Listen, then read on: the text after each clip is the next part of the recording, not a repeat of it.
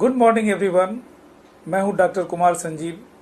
आज हम चर्चा करेंगे समावेशी शिक्षा के मुद्दे पर। समावेशी शिक्षा को अंग्रेजी में इंक्लूसिव एजुकेशन कहा जाता है। शैक्षिक शब्दावली में समावेशी शिक्षा, समकालीन शिक्षा और विशिष्ट शिक्षा दिव्यांग बच्चों के लिए प्रयुक्त किए जाते रहे हैं। समावेशी शिक्षा के रणनीतियों और सिद्धांतों पर शिक्षा शास्त्रियों में हमेशा विवाद रहा है। शब्दों की जुगाली करने वाले लोग विशिष्ट शिक्षा और एकीकृत शिक्षा तथा समावेशी शिक्षा को एक ही शब्द के रूप में प्रयोग करते हैं और इसे एक दूसरे से अदला बदली कर उपयोग करते हैं, लेकिन वास्तव में समावेशी शिक्षा विशिष्ट शिक्षा और एकीकृत शिक्षा से भिन्न है। अब सवाल उठता है कि समावेशी शिक्षा क्या है। समावेशी शिक्षा वास्तव में शिक्षण अधिगम की एक विशिष्ट पद्धति है, जिसमें सामान्य बच्चे और विशिष्ट बच्चे को एक ही छत के नीचे एक ही पाठ्यचर्या के जरिए एक ही शिक्षक के द्वारा पढ़ाया जाता है। अब हम चर्चा करेंगे कि समावेशन किसका। समावेशन किसका? समावेशन उनका जो समाज की मुख्य धारा से कटे हुए हैं, जो हाशिए पर के लोग हैं, जो अंतिम पायदान के लोग हैं, जो मार्जिनल हैं, जो दलित हैं। समावेशन उनका।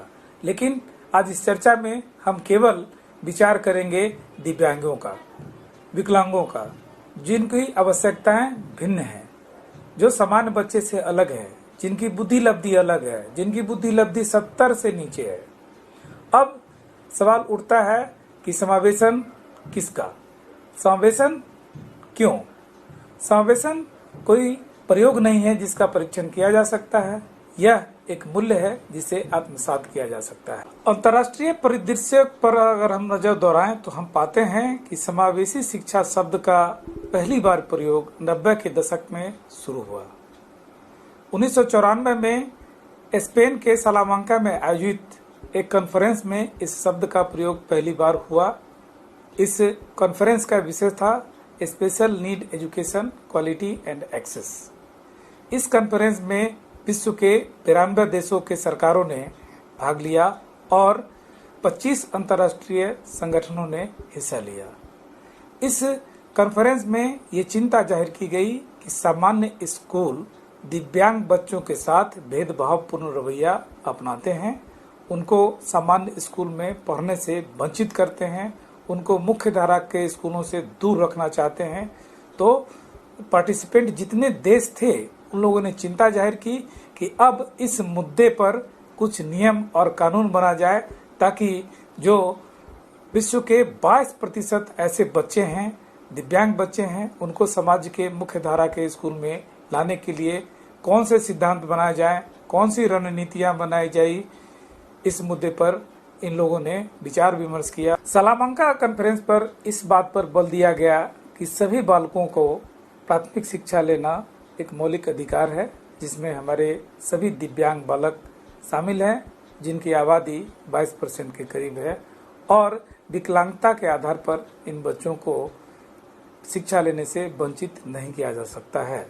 सलामांका वक्तव्य के बाद वर्ष 2000 में सेनेगल में वर्ल्ड एजुकेशन फोरम पर समावेशी शिक्षा की चर्चा की गई।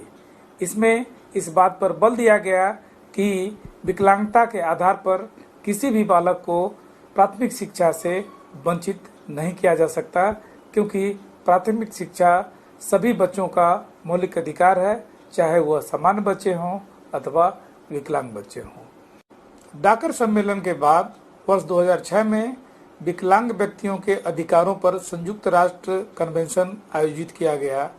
इसमें इस बात पर चर्चा की गई कि विकलांग व्यक्तियों के अधिकारों को सुनिश्चित करने के लिए कुछ नियम कानून बनाया जाए, और विश्व के 190 देशों ने इस कन्वेंशन में हिस्सा लिया और हस्ताक्षर किया। तब से समावेशी शिक्षा सभी शैक्षणिक डॉक्यूमेंट का एक अंग बन गया। विशिष्ट शिक्षा भारत की शैक्षिक शब्दावली में अभी हाल ही में जुड़ी है। इसके पहले दिव्यांग बालकों को विशिष्ट स्कूलों में पढ़ाया जाता था। विशिष्ट स्कूल में विशिष्ट पाठ्यचर्या के जरिए विशिष्ट शिक्षक पढ़ाया करते थे। ये स्कूल हमारे समाज की मुख्य धारा से दूर अवस्थित हुआ करते थे। शिक्षक स्पेशली ट्रेंड होते थे। शिक्षकों के पास या तो बीएड या डिप्लोमा इन स्पेशल एजुकेशन की डिग्री होती थी। ऐसे शिक्षक को इटिनरेंट टीचर या संसाधन शिक्षक कहा जाता था। बाद के दिनों में यानी 70 के दशक में दिव्यांग बालकों को सामान्य विद्यालयों में समन्वित कर दिया गया। उसके बाद वर्ष 2000 में ऐसे बच्चों को समावेशी शिक्षा दी जाने लगी। अगर इतिहास के आईने में अगर हम झांकें तो पता चलता है कि सर्जेंट कमीशन पहला कमीशन था जो दिव्यांग बालकों की शिक्षा पर चिंता जाहिर किया। इसमें चिंता जाहिर की गई कि दिव्यांग बालक हमारे मुख्य धारा की शिक्षा के अंग हैं, इनको मुख्य धारा से दूर किया जाना वाजिब नहीं है। अभी तक की जितनी भी सरकारें आई है उसने दिव्यांग बालकों की शिक्षा के लिए कुछ नहीं कहा, लेकिन अब जरूरत है कि ऐसे बालकों को हम समाज की मुख्य धारा में लाएं। इसके पश्चात 1966 में कोठारी कमीशन ने कहा कि ऐसे बच्चों को हम शिक्षा दीक्षा दें और ऐसे बच्चों को हम पड़ोस के विद्यालय में नामांकन कराएं ताकि वे हमारी समाज के मुख्य धारा में समाहित हो सकें। 1974 में केंद्र सरकार ने एक नई नीति जारी की जिसको समन्वित शिक्षा नीति कहा जाता है। समन्वित शिक्षा नीति के तहत दिव्यांग बालकों को सामान्य स्कूलों में नामांकन करा दिया गया। इनके लिए निःशुल्क किताबों की व्यवस्था की गई और कुछ वजीफे दिए गए। इसके अलावा कुछ नहीं किया गया। 1986 की नई शिक्षा नीति में भी ऐसे बालकों के शिक्षा के विषय पर चर्चा की गई है। उसमें कहा गया है कि दिव्यांग बालक जो है उनकी शिक्षा दीक्षा होनी चाहिए। ऐसे बालक जो हैं हमारी मुख्य धारा के अंग हैं और इनकी शिक्षा के लिए सरकार को व्यवस्था करनी चाहिए। 1986 की राष्ट्रीय शिक्षा नीति आने के बाद भारत में कई कानून बनाए जाने लगे, जिसमें सबसे पहला कानून था rehabilitation council of India act.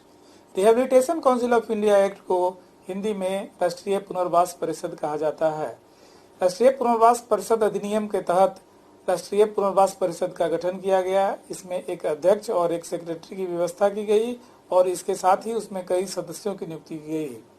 इस अधिनियम के तहत ही एक सेंट्रल रिहेबिलिटेशन रजिस्टर की व्यवस्था की गई, जिसमें देश के जितने भी रिहेबिलिटेशन प्रोफेशनल या रिहेबिलिटेशन पर्सनल थे उनको उनमें पंजीकृत किया जाना जरूरी था और पंजीकरण के बिना वे कहीं भी प्रैक्टिस नहीं कर सकते थे। अगर वे प्रैक्टिस करेंगे तो उनके लिए 1 साल की बामुशक्कत सजा का प्रावधान या आर्थिक दंड या दोनों से दंडित किए जाने की व्यवस्था की गई थी। राष्ट्रीय पुनर्वास परिषद अधिनियम 1992 के बाद निःशक्त व्यक्ति अधिनियम 1995 इस देश का दूसरा ऐसा बड़ा अधिनियम था जिसके तहत दिव्यांग बालकों को शिक्षा और नौकरी से जुड़े कुछ अधिकार दिए गए। नौकरी और शिक्षा में उनको 3% आरक्षण दिया गया और देश के इतिहास में यह पहला मौका था जब दिव्यांग बालकों को उनकी दिव्यांगता के आधार पर आरक्षण दिया जाने लगा।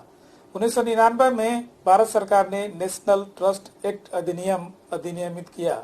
संसद में यह अधिनियम तब आया जब उस पर चर्चा की जाने लगी कि उसमें मल्टीपल डिसेबिलिटी यानी बहुविकलांगता और सेरेब्रल पाल्सी वाले बच्चे इसमें शामिल नहीं हो सके, तो ऐसे बच्चों को नेशनल ट्रस्ट एक्ट के अधीन लाया गया।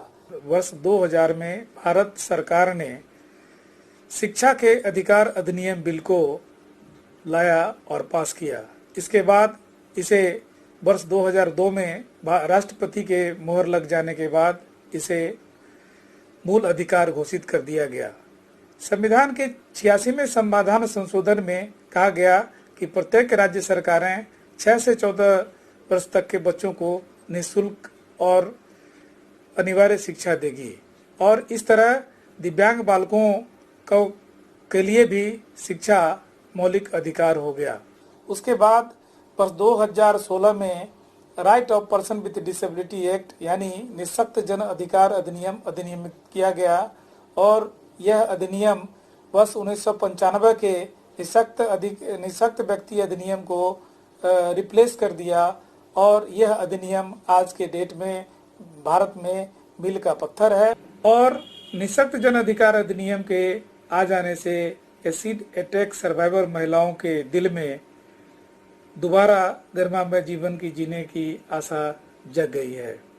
इसके साथ ही कई अन्य तरह के विकलांगों को भी इस सूची में लाया गया, जिसमें मस्कुलर डिस्ट्रोफी के शिकार, ऑटिज्म स्पेक्ट्रम डिजॉर्डर के साथ साथ सेरेब्रल पाल्सी वाले बच्चे भी इस सूची में शामिल किए गए।